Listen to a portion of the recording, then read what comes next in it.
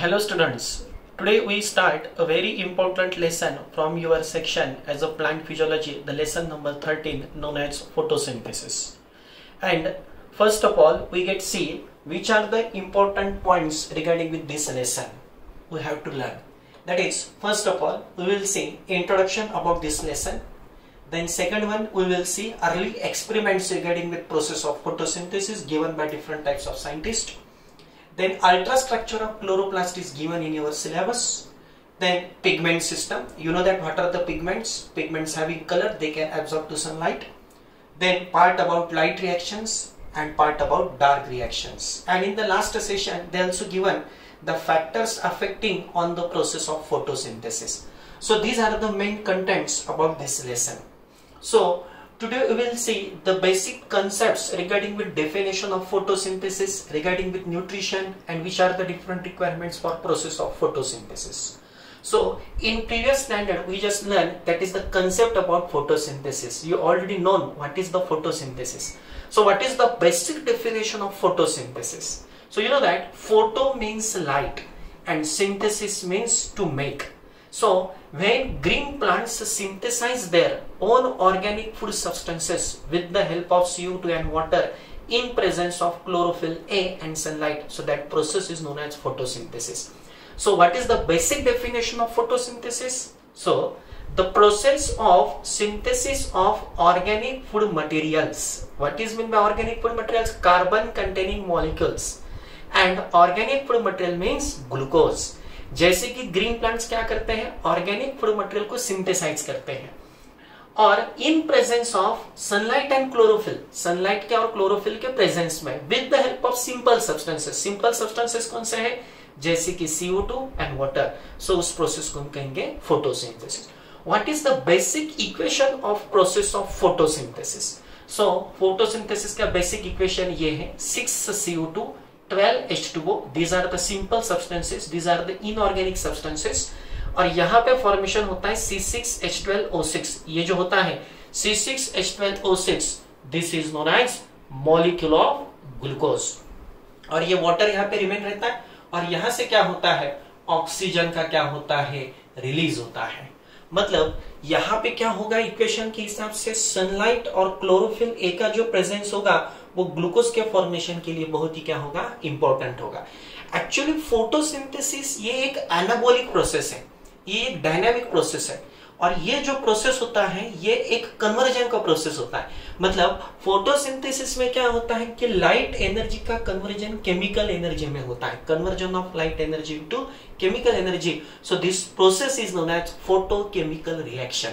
मतलब इस प्रोसेस को या इस रिएक्शन को हम फोटोकेमिकल रिएक्शन भी कह सकते हैं या फोटोसिंथेसिस को हम फोटोकेमिकल प्रोसेस भी कह सकते हैं, जिसमें लाइट का कन्वर्जन ऑर्गेनिक सब्सटेंसेस में मतलब केमिकल सब्सटेंसेस में हो जाता है. So photosynthesis का significance क्या है? The first one significance of photosynthesis that it will produce the organic food substances. मतलब photosynthesis में फूड मटेरियल का फॉर्मेशन होता है, ऑर्गेनिक सब्सटेंसेस का फॉर्मेशन होता है. जो फूड क्या होता है अदर टाइप के लिविंग थिंग्स के लिए और खुद प्लांट के लिए भी क्या होता है, जरूरी होता है. एंड सबसे मेन इंपॉर्टेंट जो पॉइंट है दैट इज सिग्निफिकेंस का, वो है रिलीज ऑफ ऑक्सीजन. फोटोसिंथेसिस में से क्या होता है, ऑक्सीजन का रिलीज होता है. तो ये जो दो बेसिक सिग्निफिकेंसेस है ये हमें ध्यान में रखने हैं. अब फोटोसिंथेसिस क्या है, ये एक ऐसा प्रोसेस है जो ग्रीन प्लांट्स के अंदर ज्यादा होता है. ग्रीन प्लांट्स क्या करते हैं, green plants having presence of a photosynthetic organ known as green leaves. Green leaves having presence of chloroplast and different types of pigments. They absorb to sunlight, they store the energy of sunlight and they can convert the light energy into chemical energy. But that process having requirement of 4 different things. यानी कि photosynthesis होने के लिए 4 requirements है. जैसे कि सबसे पहला जो रिक्वायरमेंट होगा वो सनलाइट का होगा, क्योंकि sunlight is a dynamic source of energy, unlimited source of energy. तो वो जो लाइट रेडिएशंस होते हैं वो सबसे इंपॉर्टेंट होते हैं. दूसरा जो फैक्टर होगा वो क्लोरोप्लास्ट होगा. What is the chloroplast? तो एक कलरफुल मैटर होता है ग्रीन लीव्स के अंदर. तो वो क्या करता है, लाइट एनर्जी को हार्वेस्ट करता है, मतलब वो लाइट एनर्जी को ट्रैप करता है, क्योंकि उसके अंदर अलग अलग टाइप के पिगमेंट्स होते हैं। सबसे मेन बात आती है inorganic substances CO2 and water, क्योंकि ग्लूकोज जो यहाँ पे फॉर्म होता है ये इन दोनों के रिएक्शन से फॉर्म होता है, इसलिए इस प्रोसेस को हम एक ऑक्सीडेशन रिडक्शन प्रोसेस भी कह सकते हैं। Photosynthesis is also known as oxidation reduction process. अब फोटोसिंथेसिस के अंदर एक न्यूट्रिशन का भी पार्ट यहाँ पे आता है। What is mean by nutrition? You know that nutrition is a process of gaining of organic substances और different types of food material from different types of sources, and according to the nutrition there are the two types of nutrition. That is, first one nutrition is known as autotrophic and second one nutrition is known as heterotrophic. What is mean by autotrophic nutrition? You know that autotrophic nutrition is a self nutrition. इसका मतलब इसके अंदर जितने भी living things आते हैं उनको हम ऑटोट्रॉप्स कहते हैं। ये क्या करते हैं, अपना फूड खुद बनाते हैं। और हेटरोट्रॉप्स क्या होते हैं, वो अपना फूड खुद नहीं बना सकते, वो दूसरों से अपना फूड क्या करते हैं, गेन करते हैं, उनको हम हेटरोट्रॉप्स कहते हैं। और ये जो ऑटोट्रॉप्स होते हैं इसके दो टाइप है, एक होते हैं फोटो ऑटोट्रॉप्स और दूसरे होते हैं केमो ऑटोट्रॉप्स। फोटो ऑटोट्रॉप्स मतलब जो सनलाइट की एनर्जी को ट्रैप करके या लाइट एनर्जी को ट्रैप करके अपना फूड बनाते हैं, और ये केमिकल को यूज करके अपना फूड बनाते हैं। इसके एग्जांपल्स क्या आते हैं, जैसे कि green sulphur bacteria, purple sulphur bacteria या ग्रीन प्लांट्स। इसके एग्जांपल्स क्या आता है, सल्फर बैक्टीरिया, आयरन बैक्टीरिया, अलग अलग टाइप के बैक्टीरिया अलग अलग केमिकल्स को यूज करके, या नाइट्रोजन बैक्टीरिया, वो अलग अलग टाइप के केमिकल्स को यूज करके अपना फूड बनाते हैं। हेटरोट्रॉप्स आपको मालूम है जो दूसरों से अपना फूड लेते हैं, जिसके अंदर ह्यूमन आता है। तो ये एक न्यूट्रिशन का जो पार्ट है ये भी आपको इसके अंदर ध्यान में रखना है, लेकिन हमें इस सिलेबस में इस चैप्टर में फोटो ऑटोट्रॉप्स के ऊपर मतलब फोटोसिंथेसिस के ऊपर ज्यादा से ज्यादा कंसंट्रेशन करना है।